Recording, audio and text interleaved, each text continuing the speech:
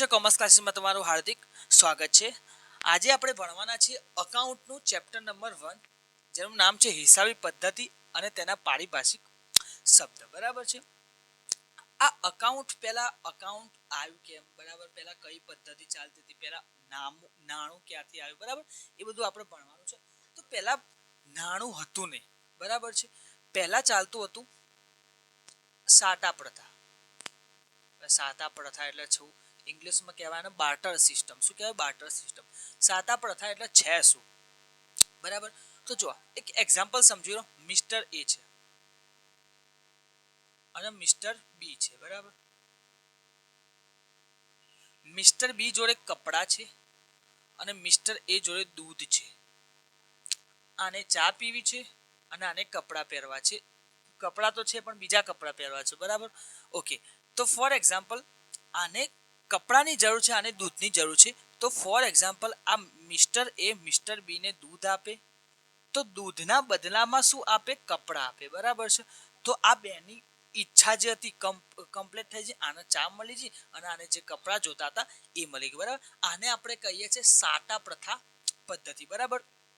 હજુ હવે પ્રોબ્લેમ આવી કે સાતા પ્રથા પદ્ધતિ ચાલતી, દૂધ હવે છે ફોર એક્ઝામ્પલ 100 રૂપિયાનું. બરાબર. 100 રૂપિયાનું. હવે કપડા 6000 રૂપિયાના. તો બચ્ચા 100 ના બદલામાં 1000 ની વસ્તુ, આને ફાયદો આને નુકસાન. બરાબર. તો એ રીતે મોંઘી વસ્તુ લઈને સસ્તી વસ્તુ આપીને તો આને ફાયદો, દૂધ વાળાને ફાયદો અને આને નુકસાન. બરાબર. એ રીતે આ પણ મોંઘી વસ્તુ આપી શકે. બરાબર. તો એવી પ્રોબ્લેમ ચાલતી આવી.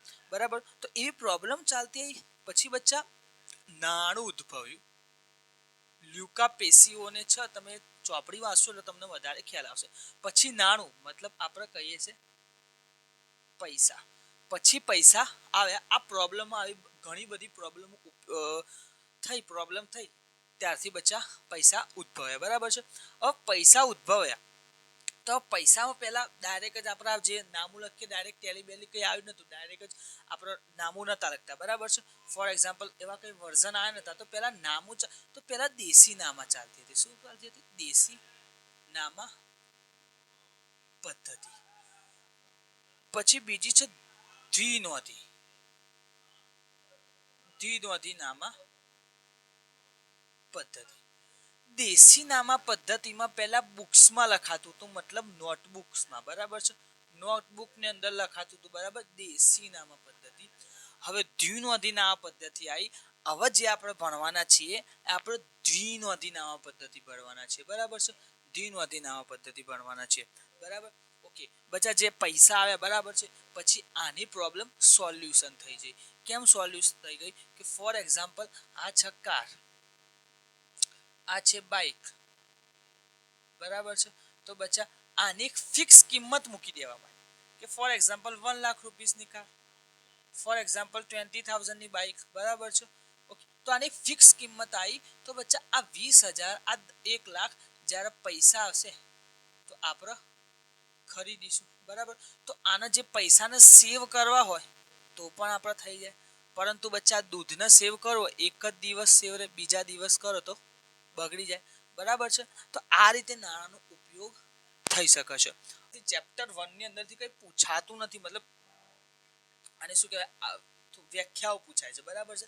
એ વ્યાખ્યાઓ હું તમને પ્રેક્ટિકલ સમજાવું છું હવે. ઓકે. હવે પારિભાષિક શબ્દો, જેમાં પહેલું છે ધંધાકીય વ્યવહારો. હવે ધંધાકીય વ્યવહારો એટલે છે શું? બરાબર. પહેલા એક્ઝામ્પલ સમજો કે મિસ્ટર એ છે, બરાબર છે, સ્ટેશનરીની શોપ છે. મતલબ સ્ટેશનરી મતલબ ફોર એક્ઝામ્પલ પેન પેન્સિલ ને બધું વેચે ને. અને મિસ્ટર બી છે, આ એક ડોક્ટર છે. બરાબર છે. શું છે? ડોક્ટર છે. એવું માની લો ડોક્ટર છે. બરાબર. XYZ કોઈ પણ વ્યક્તિ છે માની લો. બરાબર. ઓકે.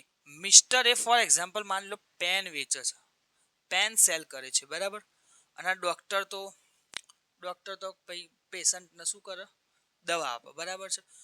તો ફોર એક્ઝામ્પલ આને પેન આપી, એક્સને પણ આપી, વાયને પણ આપી અને ઝેડને પણ આપી. આ XY રોકડાને આપી દીધા. પેન 10 રૂપિયા ને ત્યાંને પણ 10 રૂપિયા આપી દીધા, આને પણ 10 રૂપિયા. આ ઝેડ કે છે 10 દિવસ રહીને આપીશ, બરાબર છે. હવે આ ડોક્ટર ભાઈ 3 બીમાર છે, બરાબર છે. આ 3 બીમાર છે, અહીંયા આયા તાવની દવા લેવા. તો આ તાવની દવા લેવામાં ભાઈ એક્સ વાય પૈસા આપી દીધા, બરાબર છે. તાવની દવા લેવાના 100 રૂપિયા થતા હતા, આપી દીધા. આને કીધું 10 દિવસ રહી. તો બચ્ચાજી આ તમને પ્રેક્ટિકલી તો ખબર પડી છે કે થયું શું, પણ આની અંદર હું તમને લગાવીને બતાવું થયું શું. મેં કીધું ધંધાકીય વ્યવહારો એટલે છે શું, 2 કે તેથી વધુ વ્યક્તિઓ, આ 2 કે તેથી વધુ વ્યક્તિ છે, બરાબર. 1 હોય 2 હોય ગમે તે 2 કે તેથી વધુ વ્યક્તિઓ વચ્ચે ધંધા માટેની વસ્તુ, આ પેન શું છે, વસ્તુ છે, બરાબર. અને આ જે ડોક્ટર બચ્ચા આપણને ડોક્ટર વકીલ જે કંઈ આપણને આપે ને, ફોર એક્ઝામ્પલ ડોક્ટર શું આપણને સર્વિસ આપે, કહેવાય એને આપણે સેવા આપવી. પેલી સેવા નહીં કે જે આપણે મદદ કરીએ એ સેવા નહીં. વસ્તુ એટલે કે વસ્તુ, બરાબર. એટલે ઇંગ્લિશમાં ગુડ્સ કહેવાય અને સેવા મતલબ સર્વિસ કહેવાય, બરાબર. જ્યારે કોઈ ડોક્ટર આપો, જ્યારે કોઈ ચાર્ટર અકાઉન્ટન્ટ આપો, બરાબર છે. તો આને શું આપી બચ્ચા, આને સેવા આપી, તાવની દવા આપી, એટલે આને સેવા કહેવાય. તો મેં કીધું 2 કે તેથી વધુ વ્યક્તિઓ વચ્ચે ધંધા માટેની વસ્તુ, આ પેનને શું આપી, આપણે વસ્તુ અથવા ડોક્ટરે આપી આમને 3 સેવા ના બદલામાં રોકડ એક્સ વાય, રોકડ બંને આપી દીધા એક્સ વાય. અને શાક મતલબ માની લો ઉધાર. ઉધાર એટલે શું તમને કઈ ખ્યાલ નહીં હોય. આ ઝેરના 10 દિવસ રહીને પૈસા આપશે, આના આપણે અકાઉન્ટની ભાષામાં શાક કહીએ અને ઉધાર પણ કહેવાય, બરાબર છે. એટલે ઉધાર થયું, બરાબર છે. તો જ્યારે રોકડ અથવા શાક પર ફેરબદલી, આ શું થાય બચ્ચા, પેનની ને આ જે ડોક્ટરે બચ્ચા તાવની દવા આપી એટલે સેવા આપી, તો આ શું થાય બચ્ચા, ફેરબદલી. એના આપણે ધંધાકીય વ્યવહાર કહેવામાં આવે છે, બરાબર છે. આ ખ્યાલ આવી ગયો, ઓકે. હવે બનાવ એટલે છે શું કે ફોર એક્ઝામ્પલ 10,000 નો માલ ખરીદ્યો, બરાબર છે. ખરીદી કરી 10,000 પછી વેચાણ કર્યું 11,000 નું, બરાબર છે. પછી આપણો નફો થયો બચ્ચા કેટલો, 10 ના 11,000 વેચ્યું, કેટલા થયું, 1,000 થયું. તો બચ્ચા આ શું થઈ, મેં કીધું એટલે કે વ્યવહારમાંથી ઉદ્ભવી. આ બધું શું થયું, વ્યવહાર થયો. આપણો માલ આ પેન છે, બરાબર. મેં 100 ખરીદી, બરાબર છે. 10,000 ની 100 ખરીદી, પછી 11,000 ની વેચી અને મને પ્રોફિટ થયો. તો આ બધા વ્યવહાર થયા, બરાબર છે. આ વ્યવહારમાંથી ઉદ્ભવેલી પરિસ્થિતિનું પરિણામ, જે આ પરિસ્થિતિ હતી એનામાંથી મને શું મળ્યું બચ્ચા, નફો, મતલબ પરિણામ મળ્યું. એના હું શું કહું છું બચ્ચા, બનાવ કહું છું. અકાઉન્ટની ભાષામાં શું કહું, બનાવ. ઓકે. હવે મૂડી એટલે છે શું અને ઉપાડ એટલે છે શું, કઈ જ ખબર નથી. એક્ઝામ્પલ જો, ફોર એક્ઝામ્પલ એ જ ફેમસ આપણો મિસ્ટર એ ચાની દુકાન ખોલી, બરાબર છે. ચાની એક ફર્સ્ટ ક્લાસ દુકાન ખોલી, દુકાન આપણે બનાવી દઈએ ચાની, આપણે આને દુકાન ખોલી, ચાલી જાય, ડ્રોઈંગ સારી છે નહીં, બરાબર. ચાની એક દુકાન ખોલી, બરાબર છે. તો ધંધામાં એવું માનવામાં આવે છે કે ધંધાનો માલિક અલગ અને ધંધો અલગ છે, બંને એક જ પરંતુ અલગ અલગ એવું માનવામાં આવે છે. જો એ રીતે વિચારજો, મિસ્ટર એ અને એક આ શું છે, ધંધો, બરાબર છે. મિસ્ટર એ ફોર એક્ઝામ્પલ એનો ધંધો શરૂ કર્યો, બરાબર છે. ચાની ટપરી ખોલી, બરાબર. તો આ લાવ્યો બચ્ચા, ફોર એક્ઝામ્પલ જે તપેલી ગેસનો બાટલો જે ઘરે હતું એ લઈને આવતો રહ્યો. તો આ જે ચાનો ફોર એક્ઝામ્પલ તપેલી ને બધું લાવ્યો, બરાબર છે. એનો એ લાવ્યો, બરાબર છે. અને અડધા કહે છે કે ભાઈ 5,000 હું સોરી ચાની શું કહેવાય તપેલી ને બધું લાવ્યો, બરાબર છે. એ લાવ્યો અને કહે છે હજુ મારે રોકડા પણ જોશે, 5,000 જેવા રોકડા લાવ્યો અને કહે છે કોઈ યુપીઆઈ પેમેન્ટ કરો અથવા કોઈ યુપીઆઈ પેમેન્ટ મારે કરવાનું હોય, બરાબર. ચા લાવવા માટે યુપીઆઈ પેમેન્ટ કરવાનું હોય, તો અડધા પૈસા 5,000 બેંકમાં લાવે, બરાબર છે.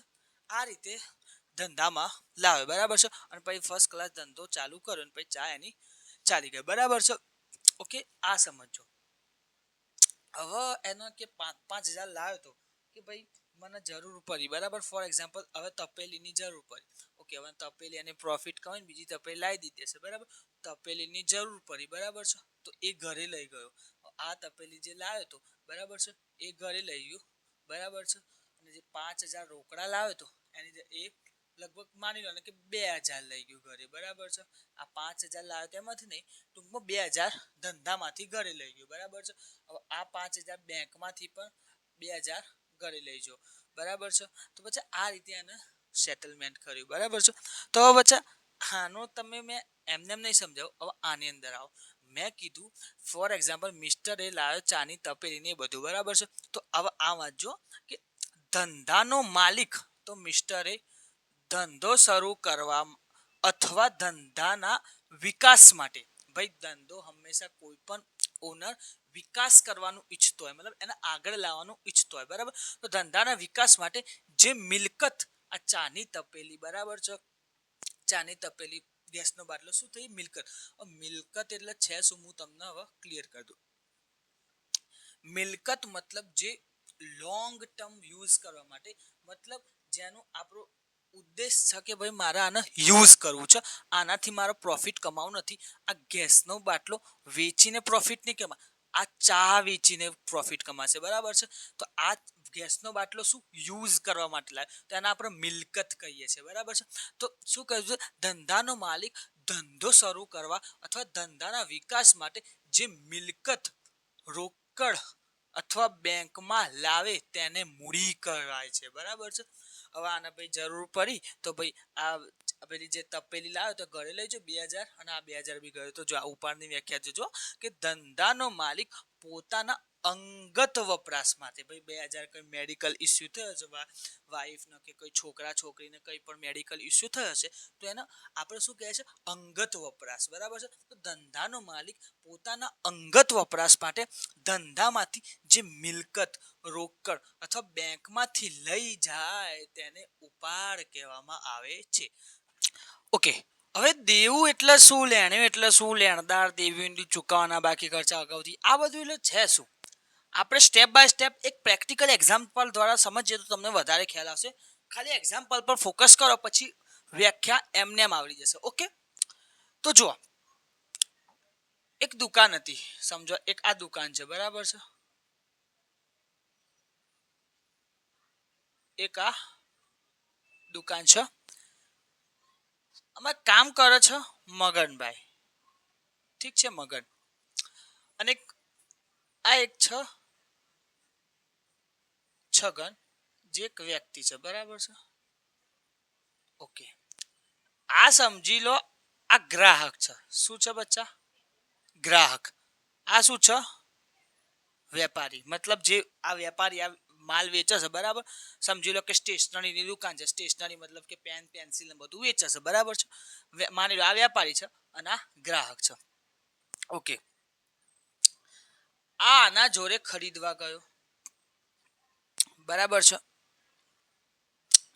અને આને માલ આપ્યો પણ આને વસ્તુ આપી દીધી પણ આને પૈસા કે હું 10 દિવસ પછી આપે એવું કીધું આ છગને કીધું કે હું 10 દિવસ પછી પૈસા આપીશ બરાબર છે તો આ મગન શું થયો આ ગ્રાહક મતલબ છગન શું થયો તો આ સમજી લો જીવનમાં એટલું યાદ રાખજો કે પોતાની ચીડ કોઈ બીજું પાડે પોતાની ચીડ પોતે ના પાડે એટલે ભાઈ આને નામ આપી દીધું તું ભાઈ મારે લેણું છે મારા પૈસા લેવાના છે ભાઈ તારા જોડે બરાબર પેલું મગન કે એ છગન તું મારું લેણું છે તો ભાઈ આ છગન કે તું મારું દેવું છે ઓકે બે નામ આપી દીધું હવે આ ભણવાનું કેવું છે વિરુદ્ધ વિચારવાનું બરાબર છે તો જો વિરુદ્ધ વિચારવાનું આ શબ્દ પકડજો જ્યાં લે હોય બરાબર છે ત્યાં દેવાદાર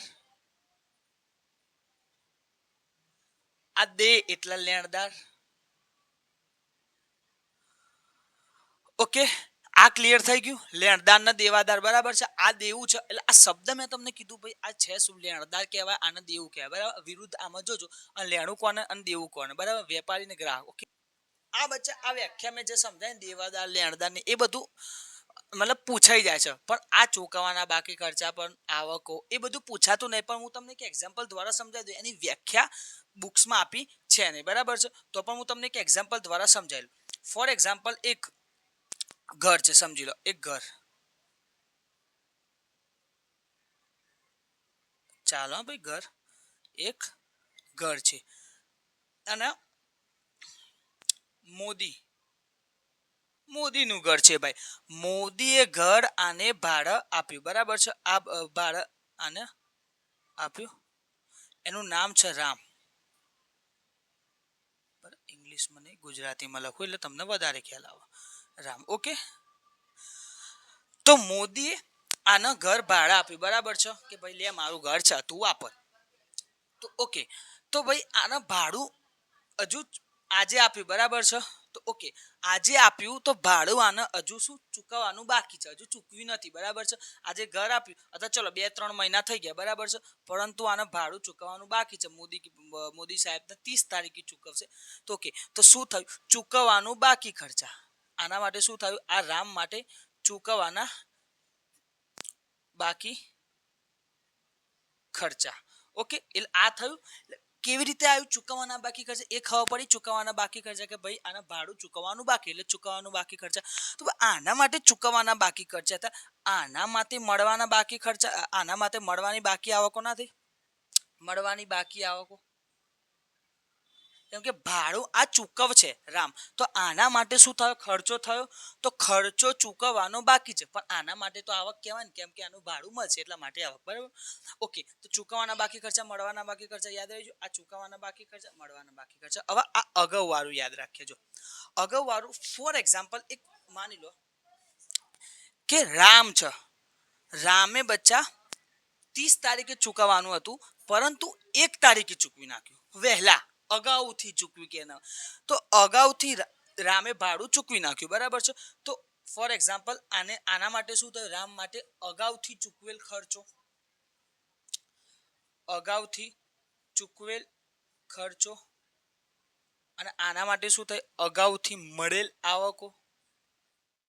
ચલો હવે લેખિત પર આવી જઈએ. પણ પ્રેક્ટિકલ એક્ઝામ્પલ ના હું જોડીને બતાવીશ લેખિત. ઓકે, દેવું એટલે છે શું? લેણું એટલે છે શું? દેવું એટલે કે છે ઉધાર માલની ખરીદી પર. આ છગને ખરીદી કર્યો, વિચારજો. ઉધાર માલની ખરીદી પર લેણદાર અને ત્રાહિત પક્ષને, બરાબર છે. લેણદાર એટલે કે દેવું, સમજી લો કે ઉધાર માલની આ ગ્રાહકે ઉધાર માલ ખરીદ્યો હશે, બરાબર છે. અને ત્રાહિત પક્ષ મતલબ કોઈ બીજો હશે, બરાબર. કોઈ બીજો ત્રાહિત પક્ષ મતલબ આ લેણદાર સિવાય કોઈ બીજું, બરાબર છે, પક્ષને ચૂકવવાની રકમના સરવાળાને દેવું કહેવાય છે. આ ગ્રાહક છગન મતલબ લેણદાર ન અથવા તો કોઈ ભાડું ચૂકવવાનું કે એ બધું કોઈ ચૂકવવાનું હશે, એટલે ત્રાહિત પક્ષ માની લો ને. એ બધું ચૂકવવાનું શું કહેવામાં આવે છે? દેવું કહેવામાં આવે છે. એવું જ નહીં કે ઉધાર માલની ખરીદવાળાને ઉધાર માલ ખરીદ્યો એટલે લેણદાર અને કોઈ ત્રાહિત પક્ષ મતલબ ભાડું કઈ ચૂકવવાનું હશે. આ છગનભાઈ જગનભાઈ ભાડે રહેતો હશે, તો લેણદાર અને ત્રાહિત પક્ષને ચૂકવવાના રકમના સરવાળાને દેવું કહેવામાં આવે છે. ખબર પડી ભાઈ? હવે લેણું એટલે શું? આ યાદ રહી જાય તો આ યાદ રહી જાય. ઉધાર માલના વેચાણ પર, આને ઉધાર માલ વેચ્યું. દેવાદાર અને ત્રાહિત પક્ષને, દેવાદાર મતલબ લેણું, ત્રાહિત પક્ષ પાસેથી મળવાના બાકી રકમના સરવાળાને લેણું. હવે લેણદાર એટલે છે શું? દેવાદાર એટલે છે શું? તો આની વ્યાખ્યા સમજો. જે વ્યક્તિ સંસ્થા કે પેઢી, હવે સંસ્થા કે પેઢી એટલે માની લો કે ભાઈ બિઝનેસના અલગ પ્રકાર હોય, કે ભાઈ પ્રાઇવેટ કંપની પણ હોય, ગવર્મેન્ટ બી કંપની હોય. તો એવું માની લો કે ભાઈ આ સંસ્થા કે પેઢી એક બિઝનેસ છે, બરાબર છે, એવું માની લો, બરાબર. તો જે વ્યક્તિ સંસ્થા કે પેઢી પાસે ઉધાર માલ કે સેવા, માલ એટલે શું? કે ભાઈ પેન પેન્સિલ ને એના માલ કહેવાય. અને સેવાઓ એટલે શું? કે ડોક્ટર શું આપણને આપે? સેવા આપે, સર્વિસ આપે, બરાબર છે, એને સર્વિસ કહેવાય. તો માલ કે સેવા ખરીદવામાં આવે. જે વ્યક્તિ મતલબ છગનની વાત કરીશું આમાં, છગન મતલબ જે વ્યક્તિ સંસ્થા કે પેઢી પાસે, સંસ્થા કે પેઢી મતલબ આ સંસ્થા કે પેઢીમાં ઉધાર માલ કે સેવા ખરીદવામાં આવે. છગનની વાત કરી, ઉધાર માલ કે સેવા ખરીદવામાં આવે છે, બરાબર છે. તો આ વ્યક્તિ મતલબ મગજની વાત કરીએ તો આ વ્યક્તિ, બરાબર, સંસ્થા કે પેઢી માટે, આ સંસ્થા કે પેઢી માટે શું કહેવામાં આવે છે? લેણદાર કહેવામાં આવે છે, બરાબર છે. જો આ યાદ રહી જાય તો આ યાદ રહી જાય. તો જો અમે એવી જ બનાવી છે વ્યાખ્યા કે જે વ્યક્તિ સંસ્થા કે પેઢીને ઉધાર માલ કે સેવા વેચવામાં આવે તો આ વ્યક્તિને સંસ્થા કે પેઢીમાં દેવાદાર કહેવામાં આવે છે. ઓકે, હવે લેણી હુંડી એટલે છે શું, દેવી હુંડી એટલે છે શું? મસ્ત કન્સેપ્ટ સમજો, ખાલી અહીંયા ફોકસ કરજો. તો જો એક આપણો ફેમસ મગનભાઈ હતો અને એક હતો છગન. આને કીધું ભાઈ મારા વસ્તુ, છગન કે આ ગ્રાહક, આપણું પહેલું જ એક્ઝામ્પલ, અને આ વેપારી, બરાબર છે. ભાઈ છગન કે મારા મોબાઈલ તો લેવો છે પણ મારા જોડે પૈસા નથી, હું તમને 2 મહિના પછી આપું. મગનને કે તો પેલો મગન કે વાંધો નહીં. છગન કે હું તમને 2 મહિના પછી પૈસા આપું, તમે એક્સેપ્ટ કરો. તો પેલો મગન કે વાંધો નહીં, તમે 2 મહિના પછી પૈસા આપજો, પણ હું એક દસ્તાવેજ આવો ને મને સિગ્નેચર કરીને આપો. એને હું હુંડી કહું છું, અકાઉન્ટિંગ ભાષામાં હુંડી. એક દસ્તાવેજ આવો ને તમે સિગ્નેચર કરીને ખાલી આપી દો ને, તો છગન કે વાંધો નહીં ભાઈ, હું તમને સિગ્નેચર કરીને આપી દઈશ. તો જોજો, આ છગનના મગને આપણું કામ કરી દીધું. તો કે વાંધો નહીં, તો આને જો એક દસ્તાવેજ આને આપ્યો, બરાબર છે. એ દસ્તાવેજ આના જોડે ગયો અને આને આપ્યો, અને આના જોડે સિગ્નેચર કરીને આને આપી દીધું. તો આ જે આપે ને એને આપણું કામ કરી દીધું. શું કામ કર્યું હું તમને બતાવું. તો જો આને મગનના શું પૈસા લેવાના છે, તો આને લેણી હુંડી, લેણી એટલે લેવાનું છે, લેણી એટલે લેવાનું છે. હુંડી એટલે શું, દસ્તાવેજ. તો આને લેણી હુંડી આપી, બરાબર છે. આને ફર્સ્ટ ક્લાસ આને લેણી હુંડી આપી, લખીને આપ્યું કે તમે મને પૈસા આપજો. તો આને ફર્સ્ટ ક્લાસ સિગ્નેચર કરીને આપી દીધી. તો સિગ્નેચર કરી, હવે સિગ્નેચર કરીને આને મગનને આપી દીધી. તો આ સિગ્નેચર કરીને પછી દેવી હુંડી બની ગઈ. આના માટે તો લેણી હુંડી જ ગણાય જીવનમાં, લેણી હુંડી, બરાબર છે. ઓકે, તો આ જે લખન ત્યાં લેણી હુંડી જ થાય, બરાબર છે. અને લેણી હુંડી જ્યારે સિગ્નેચર થઈને આના જોડે આવે તો આના જોડે શું, દેવી હુંડી થઈ જાય. તો હવે લેણી હુંડી કેવી રીતે, દેવી હુંડી કેવી રીતે, મેં તમને એ શીખવાડ્યું કે ભાઈ કેવી રીતે બને છે. જો પ્રેક્ટિકલ સમજો તો વધારે ખ્યાલ આવશે. હુંડી એક લેખિત દસ્તાવેજ છે. હુંડી એટલે દસ્તાવેજ, મેં કીધું દસ્તાવેજ માની લો. દસ્તાવેજ છે શું, એક પત્રક આવે ભાઈ, પત્રક. એ પત્રકની અંદર સિગ્નેચર કરો ને એને હું દસ્તાવેજ કહું છું, બરાબર. ઓકે, દસ્તાવેજ છે. ત્યાં 2 પક્ષકાર હોય છે, મગન એન્ડ છગન, 2 વ્યક્તિ છે, એને પક્ષકાર કહું છું હું. એક હુંડી લખનાર એટલે મગન, હુંડી સ્વીકારનાર. હુંડી કેમ લખે છે, કેમ સ્વીકારે છે, એનું રીઝન મેં તમને બતાવ્યું કે જ્યારે ભાઈ પૈસા ના હોય તો આ રીતે લેખિત દસ્તાવેજ સિગ્નેચર કરાય ને પછી આ મગન જોડે પ્રૂફ રહે કે ભાઈ આને મારા જો માલ એટલે મોબાઈલ લીધો તો આ મોબાઈલની બદલે મારા જો પ્રૂફ છે આની સિગ્નેચર કરી હતી, બરાબર. તો ઓકે, હુંડી લખનાર ને હુંડી સ્વીકારનાર. તો જો વ્યાખ્યા જોજો, જો એક વ્યાખ્યા યાદ, આ બધું ભરચક લાગે છે તમને પણ એક વ્યાખ્યા યાદ રહી જશે ને તો બીજી આપોઆપ યાદ રહી જશે. જોજો, તો લખ્યું છે કે જેમાં હુંડી લખનાર ભવિષ્યમાં કોઈક ચોક્કસ સમયે કે ચોક્કસ રકમ મેળવવાનો હક ધરાવે છે. આ કીધું હુંડી લખનાર મતલબ મગન ભવિષ્યમાં એટલે ફ્યુચરમાં 3 મહિના પછી, ફ્યુચર એટલે સમજો 3 મહિના પછી ચોક્કસ સમયે, એટલે 3 મહિના ચોક્કસ સમય થઈ ગયો, ચોક્કસ સમય ચોક્કસ રકમ 30,000 નો મોબાઈલ છે એટલે ચોક્કસ રકમ મેળવવાનો હક ધરાવે છે. ભાઈ મગન હક ધરાવે છે 3 મહિના પછી, એનું ઘર બધું ઉઠાઈ લેશે કેમ કે એના જો લેખિત દસ્તાવેજ છે, બરાબર. હક ધરાવે છે તેના માટે લેણી હુંડી કહેવામાં આવે છે. મગન માટે તો શું થયું, લેણી હુંડી જ થઈ. અને હુંડી લખે ને તેના માટે લેણી હુંડી જ. અને લેણી હુંડી શેમાંથી ઉદ્ભવ, દેવાદારોમાંથી ઉદ્ભવ, બરાબર છે. ઓકે, તો જો એમ તો આના માટે લેણી હુંડી જ ગણાય, પરંતુ આપણે સામેવાળાની ચીર આપણા પાડીએ એ રીતે આપણી ચીર કોઈ સામેવાળો પાડે તો આને કીધું, મગને કીધું ભાઈ તું મારા જોઈ પૈસા મારા તારા જોઈ લેવાના, તો તું મારા માટે લેણી હુંડી થઈ, બરાબર છે. અને દેવી હુંડી થઈ. આ શું, લેણી હુંડી ક્યાંથી ઉદ્ભવ, અહીંયા લખ્યું છે દેવાદારોમાંથી ઉદ્ભવ. હવે દેવાદાર એટલે છે શું, લેણું, બરાબર છે. દેવાદારો એટલે છે શું, લેણું, બરાબર છે. ઓકે, તો આ રીતે દેવાદારોમાંથી ઉદ્ભવ, બરાબર છે. નામ ચીડ પાડી દીધી એટલે આને ચીડ આપણી પાડીને આપણું કામ થઈ ગયો બરાબર. આ રીતે લેણી હુંડી અને દેવી હુંડી સમજાય. જો હજુ દેવી હુંડી હું તમને સમજાવું. જો આપણી ફોર્માલિટી તો ફર્સ્ટ ક્લાસ ક્લિયર કરી દે. અને હુંડી લેખિત દસ્તાવેજ છે જેમાં બે પક્ષકાર હોય છે, હુંડી લખનાર, હુંડી સ્વીકારનાર. આ જોજો, જેમાં હુંડી સ્વીકારનાર, છગનની વાત કરી, ભવિષ્યમાં કોઈક ચોક્કસ સમયે 3 મહિના પછી ચોક્કસ રકમ 30,000 ચૂકવવાનો હક ધરાવે છે. ચૂકવવાનો હક નહીં, હક ધરાવે છે બરાબર. આ ચૂકવવાનો હક ધરાવે કે ભાઈ હું ચૂકવ્યો એમ, તો તેને દેવી હુંડી કહેવામાં આવે છે બરાબર છે. ભાઈ આ સિગ્નેચર કરીને આનો દસ્તાવેજ આપ્યો તો આના માટે શું ગણાય છે? દેવી હુંડી કહેવામાં આવે છે. જે હુંડી સ્વીકારે તેના માટે દેવી હુંડી કહેવામાં આવે છે. દેવી હુંડી લેણદારમાંથી ઉદ્ભવે છે બરાબર છે. આને લખી ફર્સ્ટ ક્લાસ દસ્તાવેજ આવ્યો તો લેણી હુંડી સિગ્નેચર કર્યું તો શું થઈ ગયું? દેવી હુંડી થઈ. તો પછી દેવી હુંડી આના આપી દીધી. દેવી હુંડી આના જોડે, છગન જોડે રાખશે નહીં. આ પ્રેક્ટિકલ એક્ઝામ્પલ, આ લેખિત. જો એક યાદ કરી લેશો તો બીજું યાદ થઈ જશે. પરીક્ષામાં આ જ છાપી નાખવાનું. ઓકે.